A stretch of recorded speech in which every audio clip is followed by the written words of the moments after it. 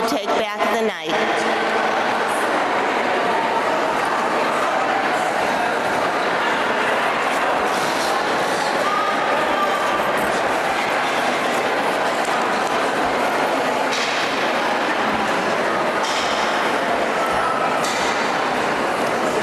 We're going to begin our program.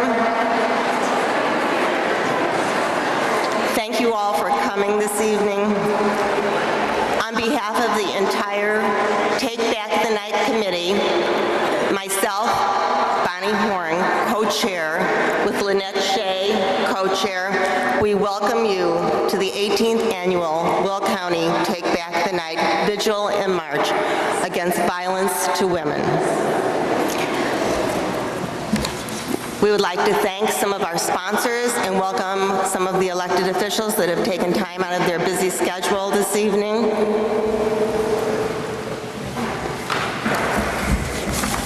We would like to thank the following elected officials and candidates for showing their support by being here tonight.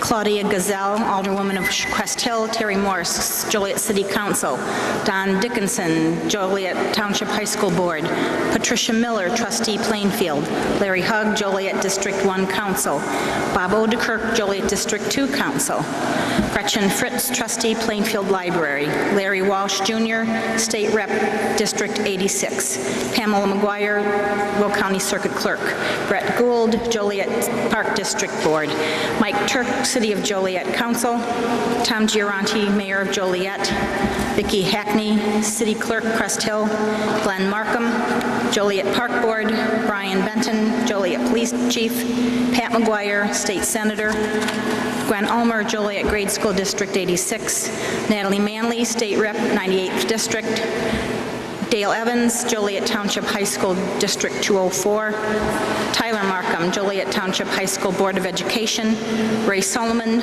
Mayor of Crest Hill; Jennifer Bettino Tarrant, Senator 49th District; Betty Galvin, City Council 4th District; Denise Winfrey, Will County Board District 8; and Barbara Scalera, Crest Hill Alderman.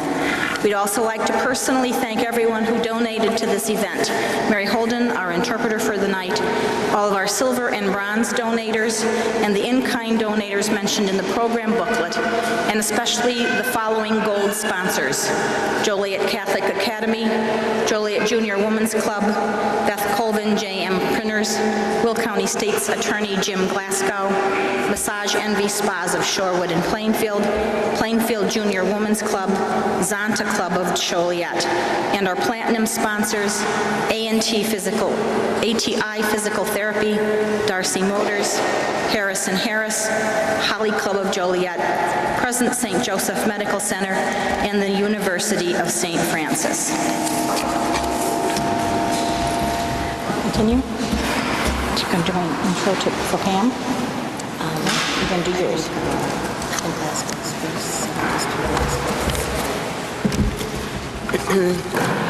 This year, we would like to honor a member of the community for their commitment to take back the night. And at this time, I would like to ask State's Attorney Jim Glasgow to join me on stage.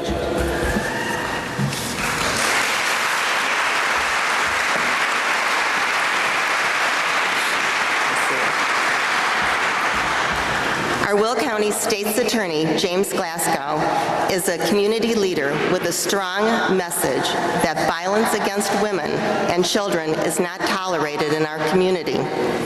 Involved with Take Back the Night from its inception, Mr. Glasgow provides a representative from his office to serve on our committee, financial support, and for many years has given insight at the Take Back the Night rally on cases from his office, such as the Drew Peterson case. He has truly been an advocate of no more violence to women and children in our community. On behalf of the 2014 committee and the 18th anniversary of Take Back the Night, please join me in congratulating Will County State's Attorney Jim Glasgow for his support of our efforts.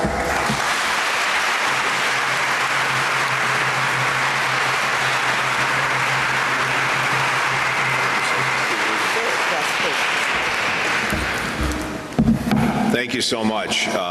This group does work tirelessly to bring the public's attention to violence against women. And I just want to mention that with the help of Chief Judge Richard Shainstead, we're expanding our domestic prosecution unit. We're going to be able to add 2 attorneys to help fight this battle. But that's on the back end. Where we really have to focus is on getting the resources necessary to empower women to leave a situation when it is a cycle of violence. So many times across the country, 911 is called, but by the time the case goes to court, the woman has been subjected to financial, emotional, and physical intimidation by the abuser, is dependent on the abuser for housing, shelter, for housing and food, care for their children, health insurance, inextricably tied. So to just say you need to get out of that relationship doesn't work. But if we had the right line of cooperation throughout our community where we could offer transportation, housing, daycare, an educational track, and employment, those 5 things we could do. And Joliet Junior College has a program, we call it the Lighthouse Program, and we were hoping to get that on track to send people out to Joliet Junior College for that educational portion. And just down the street is the YMCA for daycare. So there's pieces out there that if we can pull them all together, as we all know, the government just doesn't have money to solve all of our problems, but we at the grassroots level can do it. So in coordination with law enforcement in our office, hopefully in the next few years we can see this blossom and we can save a lot more women who have been subjected to this violence. Rebecca Mercado is one person that really stands out. She was beaten for 24 hours with a metal rod by her husband and was able to call 911, and they saved her. She probably would have died of shock had they not arrived. Her husband was convicted of aggravated battery and sentenced to prison and then removed from the country. She's at Joliet Junior College studying nursing, and after going through the groundwork program at Guardian Angel, she went from a woman with no self-esteem to a powerful woman who is very intelligent and is going to be very successful in raising her 3 young daughters. So this is what's possible when we all work together. And you have my commitment. I'm going to continue to work with you and make sure these things happen. Thank you so much.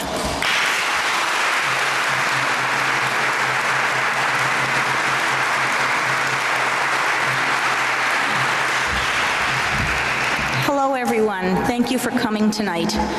My name is Lynette Shea, and I work for Pam McGuire, the Will County Circuit Clerk. Her office sees it every day: the frightened women in the halls, the tears and the bruises, and the pain they wear on their faces.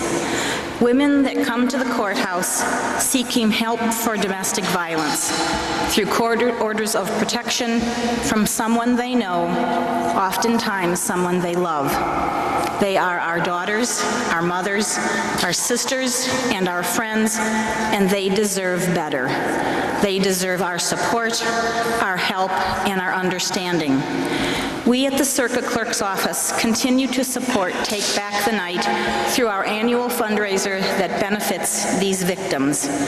We want to drag this monster called domestic violence out of the safety of silence and help our community not only acknowledge it is there, but to do something about it before we have to add yet another name to our memorial list.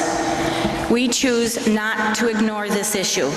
We choose to provide the fertile ground that allows all of us to believe there is help, there is hope, and there is support. We pledge our continued support for the victims, to raise awareness, and to help put a stop to the malevolence with our laws, our courts, and our determination, with the hopeful prayer that it may prevent even one more act of senseless violence. Ladies and gentlemen, my boss, Pam McGuire.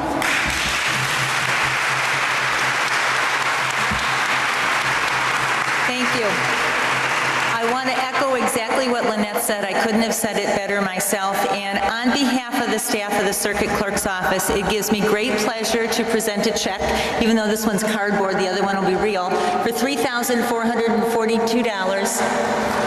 to help provide awareness to the victims. me here.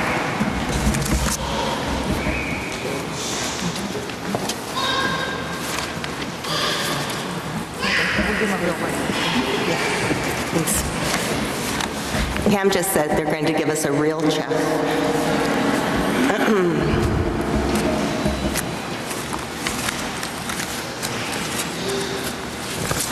Although much attention has been given in the news to male athletes and violence to women, this issue crosses all income,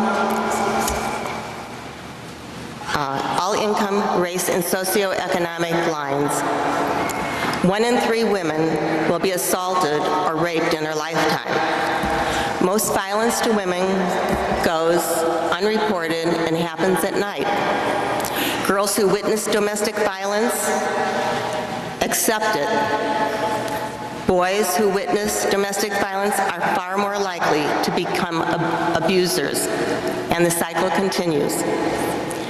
We gather tonight to take back the night from violence to women and children. We gather to recognize women and children who have been lost to violence. We gather tonight to support victims, family, and community.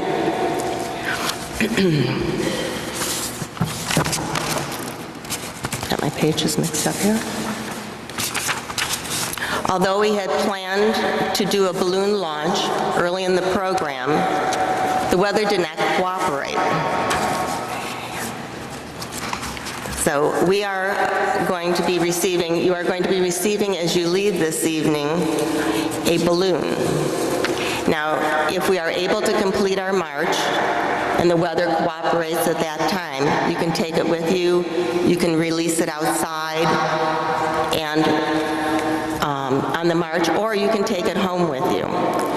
If you take it home, we're going to ask that tomorrow morning, as the night has passed, that we ask you to release the balloon, shout, take back the night, or the name of someone that you know that's been a victim, and release the balloon into the sky. At this time, I would like to ask Natalie Manley to step forward. State Representative Natalie Manley. It's a tongue twister. It is a tongue twister. I'm going to take my water. Good evening. It's my honor to be here with you this evening and to introduce the speakers. Sherry Anisich. Sherry, a mother of 3, obtained her master's degree in social work from Governor State University. To fill her passion of helping others, Sherry was a board member of the Joliet Junior Women's Club and chaired the Joliet Juniorettes. She currently has her own practice performing grief counseling. She was continuing her education at the Midwest College of Naturopathic Medicine and preparing for her granddaughter's arrival when tragedy struck. Today, Sherry is on a journey creating a legacy in her daughter's name dedicated to helping others. Would you please welcome Sherry Anisich.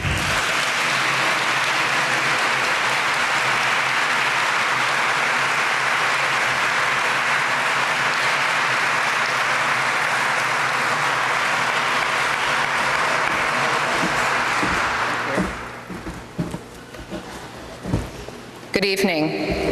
My name is Sherry Anisich. I've attended several Take Back the Nights events in the past. Never did I think I would be one of the speakers telling my tragic story. I am honored to be speaking to each and every one of you here this evening. Although I am not a professional speaker, I hope my story will help you on your journey towards healing. I am here to convey a very important message through my extremely tragic story. Many of you here tonight have similar stories of violence, maybe a situation where you felt abused, neglected, or some of you standing among us may be victims of rape. I am here to tell you tonight that after everything that I have endured over the last 2 years, I am still able to stand here before you and share my message. And that is a message of hope and love. On August 19th, 2012, the life I knew drastically changed. A person named Brian Cooper viciously ended the life of my daughter, Alicia, and her unborn daughter, Ava Lucille. Alicia was just 9 days away from celebrating her 22nd birthday. My daughter was everything to me. We shared an unbreakable bond. She was always kind and compassionate to everyone she encountered. Alicia wanted to be the first person to help others, which is probably why she chose a law enforcement field while attending Western Illinois University. Alicia was just a semester shy from graduation. She was a wonderful sister to her 3 brothers and 1 sister. They looked up to her and wanted to be just like her. Her smile truly could light up every room she entered. She was not only beautiful on the outside, but her inner beauty shined. Alicia was so excited to become a mother. I was so happy to become a part of that excitement and become a grandmother. I was a single parent for many years after having Alicia. Any single parent here can attest that you do have a special bond with your child when raising them alone.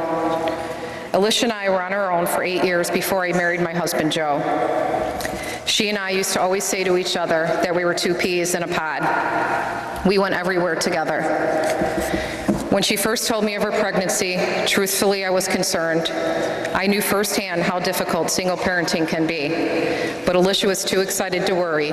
She said, I can choose to be happy, or I can choose to be sad, and I choose to be happy. She took such terrific care of herself and Ava, and she was never so happy in her entire life. She had that beautiful glow so many pregnant mothers have. She already had purchased her crib and baby clothes, all in anticipation of her baby Ava. She loved her baby more than anything and couldn't wait for her to be born. My emotional pain is very hard to describe unless you have lost a child to murder. Even my words can barely describe what I feel on the inside. My pain is utterly soul-wrenching. My mind can hardly go to the horror of what happened. My mind will not allow me to accept the fact that my child is not coming home, that I will never see her again. As a parent, you look forward to seeing your child grow and graduate college, get married, and have children. Not having that bond with Alicia and knowing that she will never have that bond with Ava here on earth is a place I cannot go in my heart. My mind is forced to play tricks on me so I can just survive. The loss of my beautiful child and granddaughter has affected our community as well as the community of Door County, Wisconsin. The outpouring of love and support we received was incredible. Good always wins over evil, and everything done in the dark will always come out in the light. I will never meet my granddaughter. It is so hard to imagine how a human being can kill an innocent baby.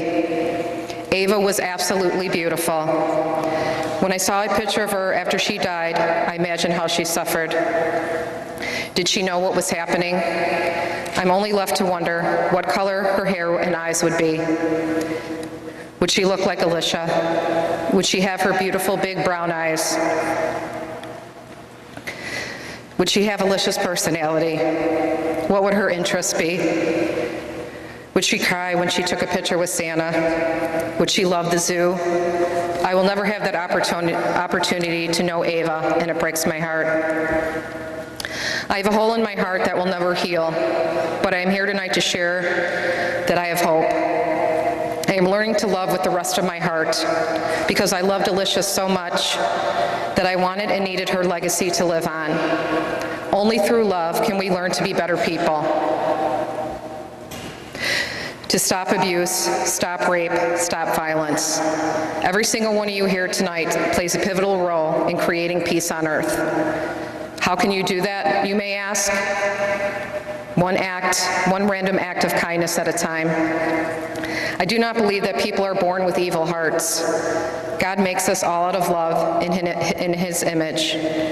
We need to be kind, compassionate, and loving to others all the time, even when it's difficult. I have discovered over the last 2 years that true compassion is hard to find. There is so much hatred in the world, which doesn't have to be if we just treat each other with love. You can't turn on the television without witnessing the evil acts of our world. Let me tell you, the violence is all around us, including right here in Will County. Let's start here today. Talk to one another, show love and respect for one another. If you see someone suffering, reach out. Don't turn away because it may be difficult. Be there for each other, even when it's hard. Listen, take time, because you may be saving someone's life without even knowing it. I continue to think about the way in which they suffered. How long did it take? What was she thinking? How scared she must have been are questions that go through my mind every day. Brian Cooper was Alicia's boss since she was 16. It was a seasonal job. She worked in the flower department at Home Depot. It was a perfect job for somebody attending college. Alicia reluctantly agreed to attend his sister's wedding in Door County, Wisconsin, as he said he didn't want to attend alone. After the reception, they went back to the hotel room where Alicia went to sleep. At about 2 in the morning, Cooper jumped on top of my beautiful daughter, beat her repeatedly, put his hands around her neck, and squeezed as hard as he could until she stopped breathing. Alicia fought back, and in her last moment, she pled for her life and the life of her baby. The tragedy didn't end there. After killing them, he undressed Alicia and raped her dead body. At the trial, we learned that Brian Cooper planned their murders for 2 or 3 hours before killing them. My daughter was laying there sleeping as he was planning his evil act. The morning after he killed my daughter and granddaughter, Cooper called 911 to confess what he had done. He stated, "No, this was not an accident, it was intentional." Police located cameras he placed in the hotel bathroom garbage in Door County, which captured images of Alicia's naked body. He also confessed to having spy cameras in his home in Plainfield, capturing images of unsuspecting people using his washroom.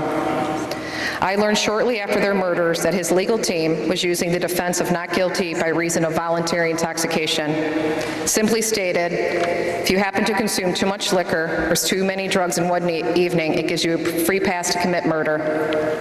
I was utterly dumbfounded, as were my family, friends, and community. Allowing criminals in our country to utilize this defense completely and utterly devalues the sacredness of human life. He was protected by a law in Wisconsin that allows voluntary intoxication to be used as a defense in criminal liability, which is currently in 32 other states. It was never a trial to see if Cooper committed these murderous acts, but a trial to see if he was too drunk to form intent. The first trial would result in a hung jury. I couldn't believe it. I couldn't even speak. I felt that I had been punched in the gut. He is going to walk free. How could this happen? The fear crippled me.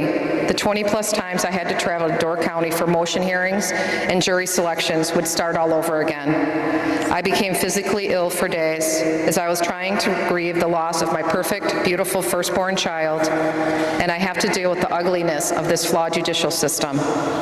I knew in my heart God had another plan for me and my family. I once again sat through a week-long trial, listening to graphic testimony, viewing footage of his confessions, and visualizing the horrific acts he committed on my daughter and granddaughter. It was unbearable. I knew I could not allow Alicia's voice to be silenced, and I could not allow another family to be affected by this loophole law. I wanted to set a precedent to other criminals that alcohol or drugs is no excuse for murder. For 9 months, Alicia and Ava's family and friends lobbied with legislators and campaigned outside the Capitol building, getting signatures and generating petitions.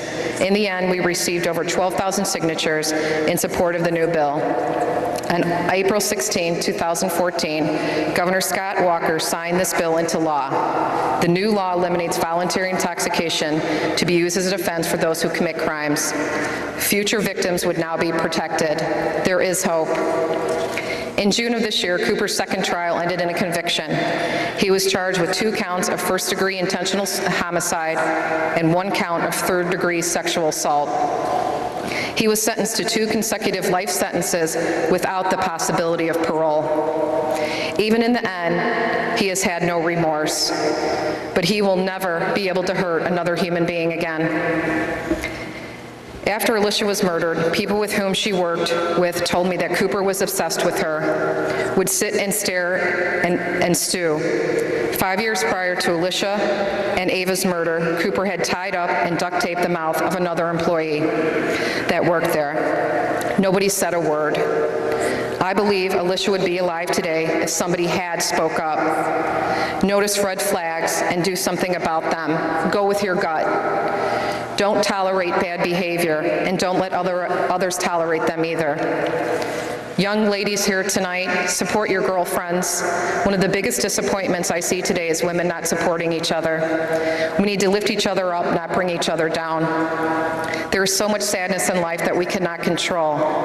Paying attention to others that are hurting. People are so busy with sporting events, social events, and their busy lives that they don't take time for others.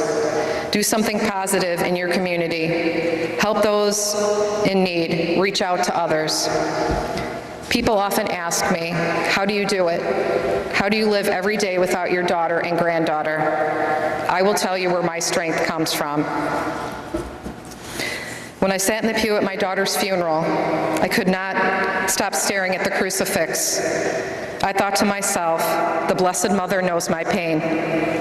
Her son was murdered just as my daughter was murdered. She knows how I feel. I prayed to the Blessed Mother to help me. This pain was too immense to bear alone. That day, the Blessed Mother came into my heart. I wonder how she made it through every day. I read every book I could on the Blessed Mother. There have been many apparition messages throughout the world from our Blessed Mother. They all share the same message, to love. The Blessed Mother said, use love to govern and to seek solutions to all problems. I try to live this every day. How do I learn to love when my heart is filled with anger? Prayer. That is all I have left. I prayed the rosary daily and felt the anger lessen. I focused on the love I have for my daughter and not the evil act that took it away. My husband had a dream that Alicia told him not to focus on how she died because Brian Cooper wins. We wanted love to win, so we started a foundation called the Purple Project, my daughter's favorite color. When I found out the color of this year's Take Back the Night was purple, I wasn't surprised. It was just another confirmation that I'm on the right path. Through Love and Hope, we have distributed over 4,000 handmade purple rosaries in memory of my daughter, Alicia. So thousands can pray to the Blessed Mother for hope, love, protection from evil, and peace. I have an annual baby bottle drive in memory of my daughter, Alicia and Ava, every year to help unwed mothers care for their babies. Donations from the drive also support expecting mothers through the Waterleaf Center in in Aurora. We have a scholarship through the Joliet Juniors Women's Club in Alicia and Ava's name to assist incoming freshmen who already have entered college. Through the Purple Project, we hope to open up a home called the Alicia and Ava House of Hope, where moms and their babies will live and learn the skills needed to succeed on their own. Alicia tells me every day not to focus on how she died, choose to do good things. If I can find the strength to do it, I know each and every one of you here can. Even through my pain, I have hope. You can too. I grieve every single day for Alicia and Ava. I miss Alicia so much. I miss our talks, our friendship, our laughter. I miss our shopping excursions, our yearly mother-daughter weekends away, and our lunches together. I miss her teasing me, and me teasing her, hearing her giggle, watching her mature. I miss her talking to me about her baby and her plans for the future. I miss her asking me for advice and my opinion. I miss being my daughter's mother. God now has me on a different path. I am a different person. I was put on this earth to serve, and I realize that more than I ever have. God has his hand in all of this. We all need to take time to quiet our minds and open our hearts to love one another. Oftentimes, this means an act of forgiveness. Only then can we begin to heal. Brian Cooper's sister Kelly's, whose wedding they attended, reached out to me after the first trial. She wanted to talk. At first, I was so bitter and angry. In my head, I partially blamed her for what happened to my daughter. Why didn't she know her brother was a monster? Couldn't she tell that something was amiss at the reception? I was constantly looking for answers when I couldn't wrap my head around what had occurred. I was very angry at the thing that she had stated in court on the stand during the first trial. How could I even sit in the same room with her when she was one of the last persons to see my daughter? If it wasn't for her wedding, Alicia wouldn't have died. The thoughts were swarming through my brain, rational or not. How can I meet with such a person? What did she want from me? I had nothing to give, as I could not hardly take care of myself or my family. After days of contemplation, God had another plan and opened my heart. I decided to speak to her. What has developed since that first meeting will surprise you. Forgiveness took over my heart. I listened to her story and grew to love Kelly.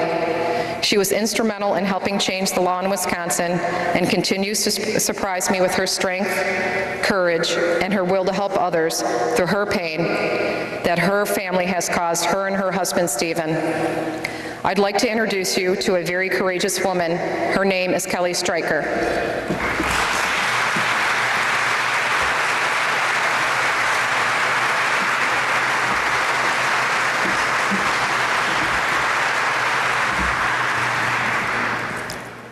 Kelly Stryker.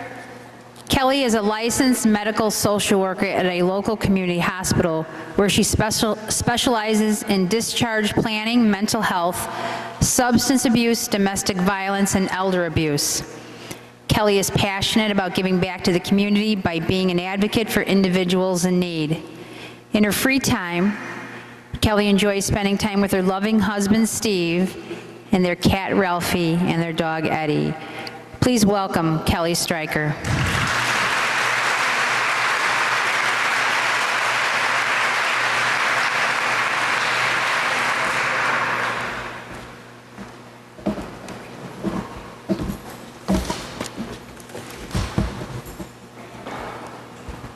Hello, everyone. My name is Kelly Stryker, and I'm a licensed social worker at a local community hospital, not a public speaker. I get nervous in public settings and often volunteer someone else to speak on my behalf. However, this day was an opportunity given to me in order to teach others that there is hope on the other side of fear. Never let fear decide your fate are lyrics from the popular song, Kill Your Heroes by AWOL Nation. To me, they are more than just lyrics. They are a powerful reminder that the presence of fear is nothing more than an assumed belief, feeling, or emotion that can be diminished once you start believing in who you are as a person. The song simply implies to let go. Let go of your heroes, your inspirations, and the shadows that you often stand in. The only way to live life is by being able to accept yourself for the person that you are. If you truly believe in yourself, then you won't need heroes because you can be your own. My life has been far from what most people would consider normal. Throughout my childhood, I've witnessed physical abuse at the hands of my father, was sexually abused by my grandfather, and suffered years of mental abuse by my mother. I was never allowed to make my own decisions. I could not express myself and was made to feel that I would not succeed in life.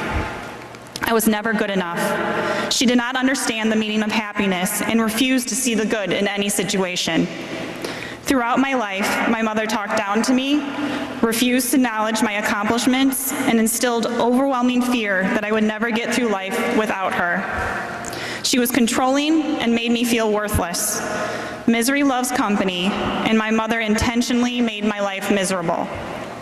It was not until recently that I finally broke free of her manipulation and abuse.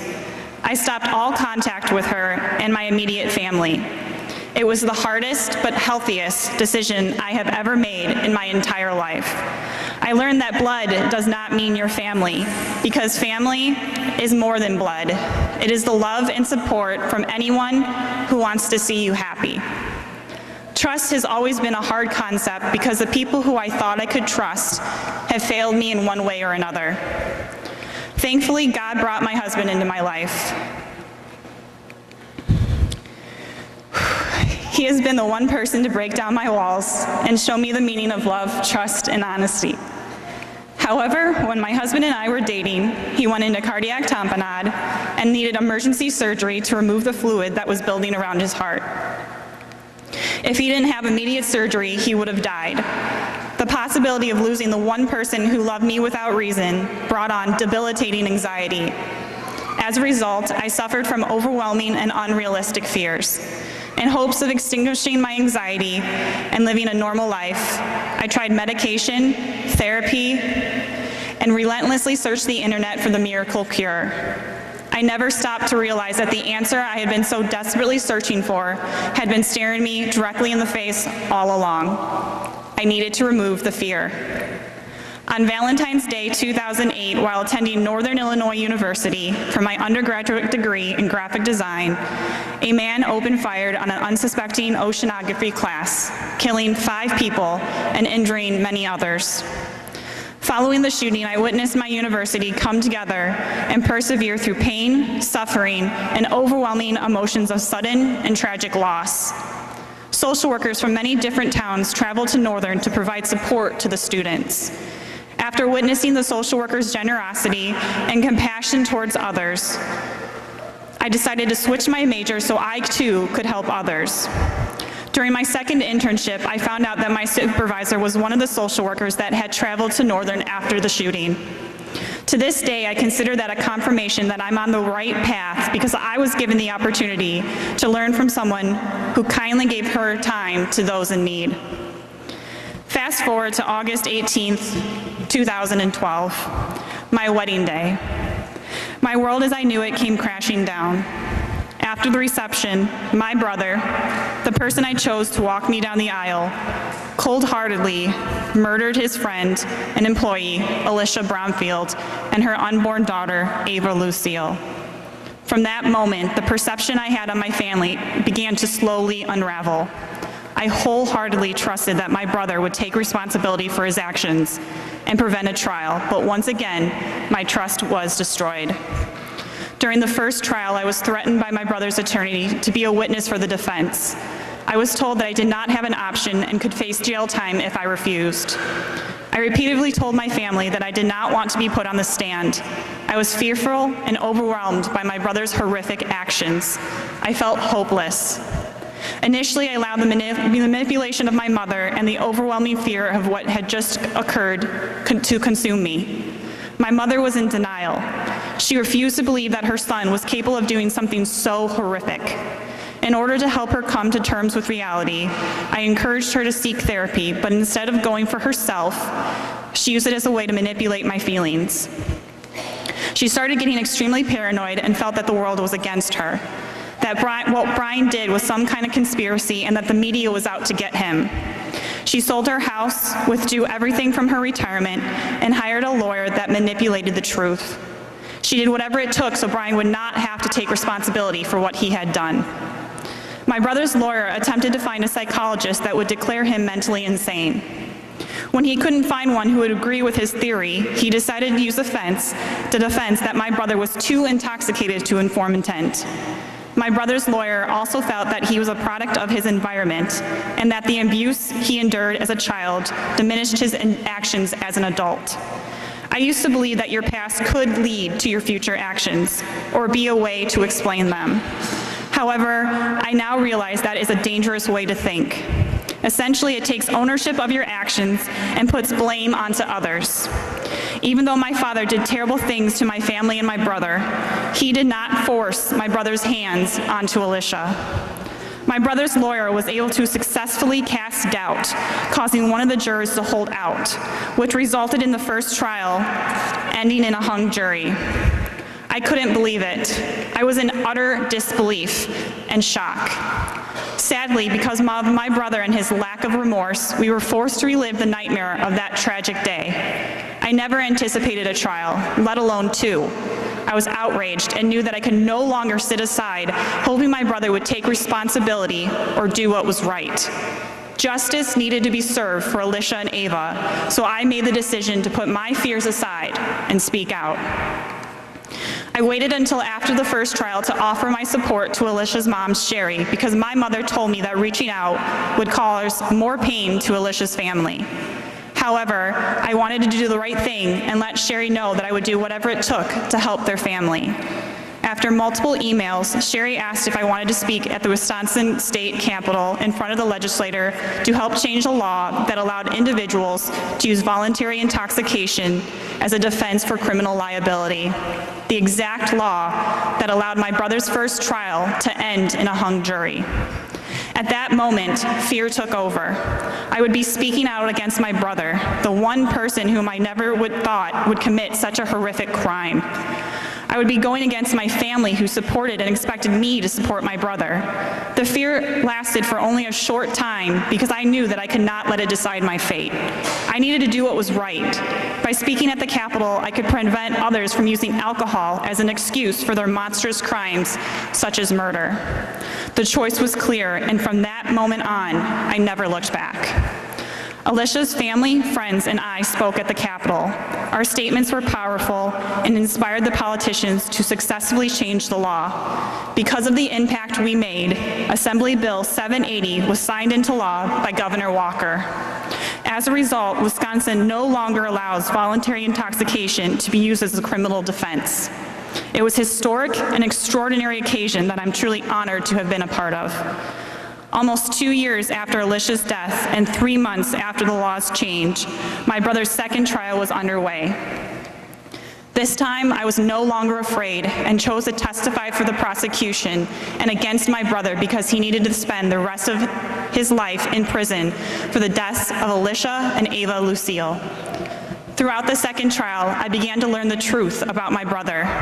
He not only strangled Alicia, but also raped her corpse, and without her consent, video recorded her while she showered.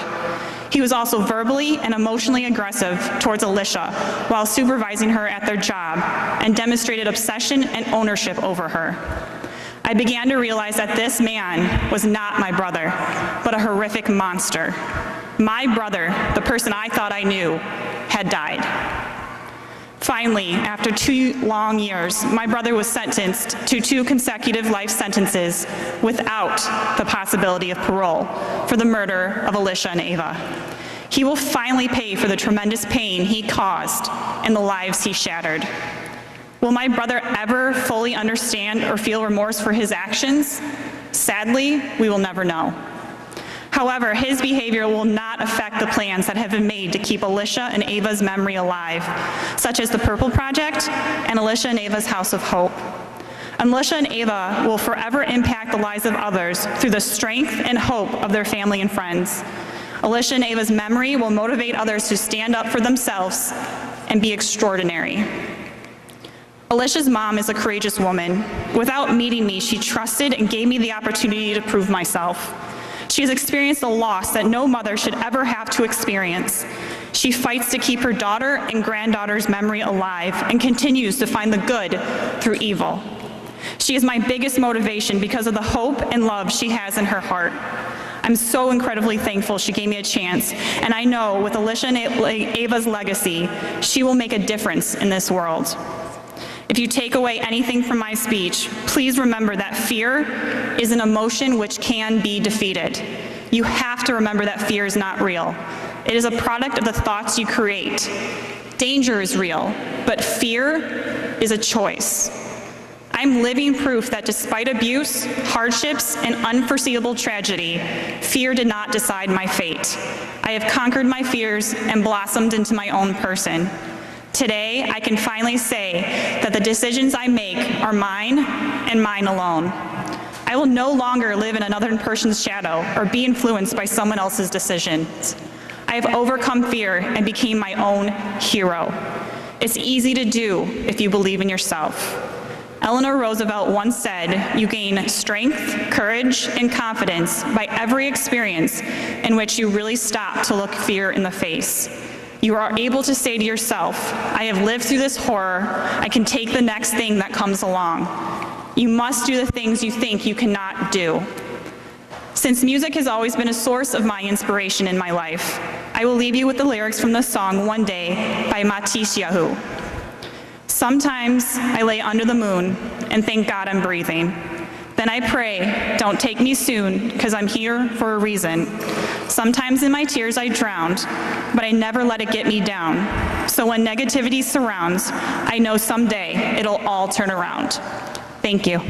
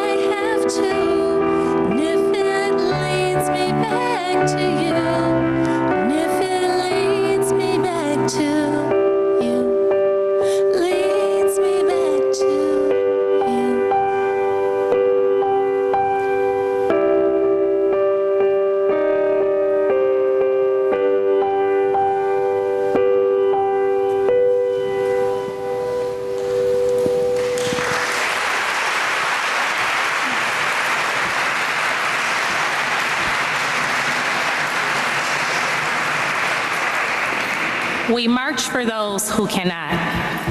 We speak for the voiceless. Their names are on the placards on the wall. In their names we march. We honor all women who cannot be with us tonight, the living as well.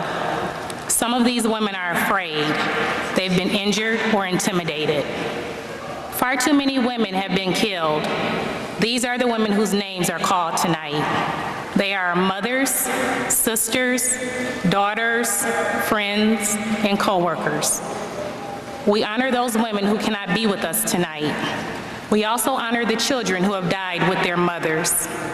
As we stand quietly in the dark, we ask that their spirits be with us so that we can honor them and their spirits can empower us. 2005, Cassandra Foy Frazier. Maria Dolores Nunez.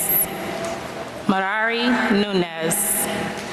Dominique M. McDonald. Melissa Mitchell. Tanya Cobbins. 2006, J.C. Merker. Sylvia Adams. Regina De Los Santos. Esther Kalunis. Brenda K. Boyd Shaw. 2007, Brenda Greenwood. Hakika Suggs. Kimberly Vaughn. Abigail Vaughn. Cassandra Vaughn. Blake Vaughn. Rose Bailey. Kaylor Spales. Cassandra Coffin. Sandra Poston.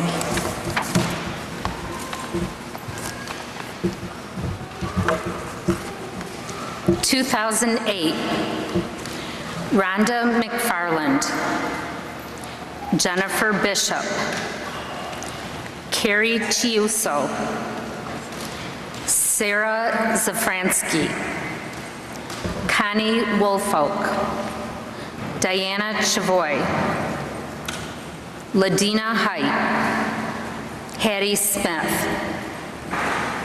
2009, Brittany Brooks, Monica Timar, Angela R. Charles,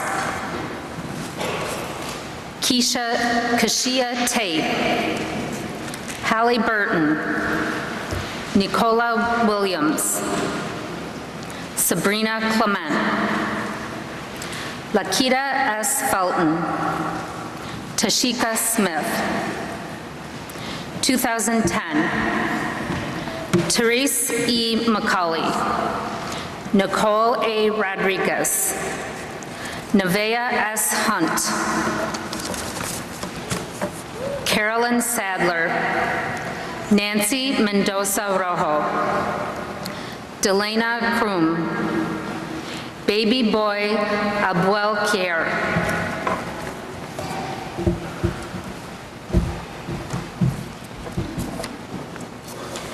2011, Kathleen A. Lewis, Winland T. Tida, Shirley Marzel. 2012, Gloria Clark, Alicia N. Bumfield Enich, and unborn daughter Ava Lucille. Cynthia Clark Long, Dorothy Dunyam, Veronica Schick, Norman Sam, Kathleen Savio. 2013, Diane Nichols, Jeannie Parker, Beatrice Osborne, Kiera Hosey, Joan Smith, Alicia Cornell. 2014, Brianna Valley, Charlethea Green, Jocelyn Woods. And in closing, we honor the women who cannot be with us tonight. We ask our sisters who have gone before us to give us strength and hope. We ask the gathered to remember their names. We promise to be their voices. The march will begin at the sound of the drums.